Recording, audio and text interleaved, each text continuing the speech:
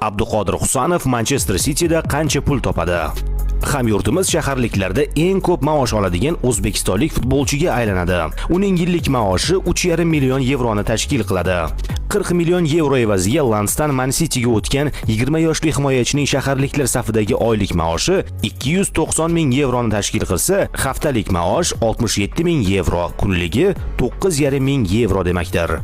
Endi buni so'mda hisoblaydigan bo'lsak, shunday bo'lar ekan. Yiliga 47 milliard so'm, oyiga 3 milliard 9 million so'm, haftasiga 904 million so'm, kuniga 128 million 800 ming so'm, soatiga esa hatto uxlasa ham 5 million 366 ming so'm pul topadi.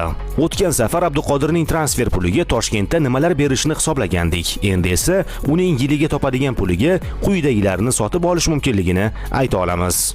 391 dona Gentra mashinasi, 587.500 kilogramm mol go'shti, 3350 dona iPhone. Video yakunida yana bir gap. Do'stlar, bizga birovning puli qiziq emas. Bu misollarni juda ko'p davom ettirishimiz mumkin. Shunday ekan, negativ bo'lmaymiz va qaytanga bundan motivatsiya olishga intilamiz. Like bosing, obuna bo'ling va albatta izohlarda fikrlaringizni yozib qoldiring.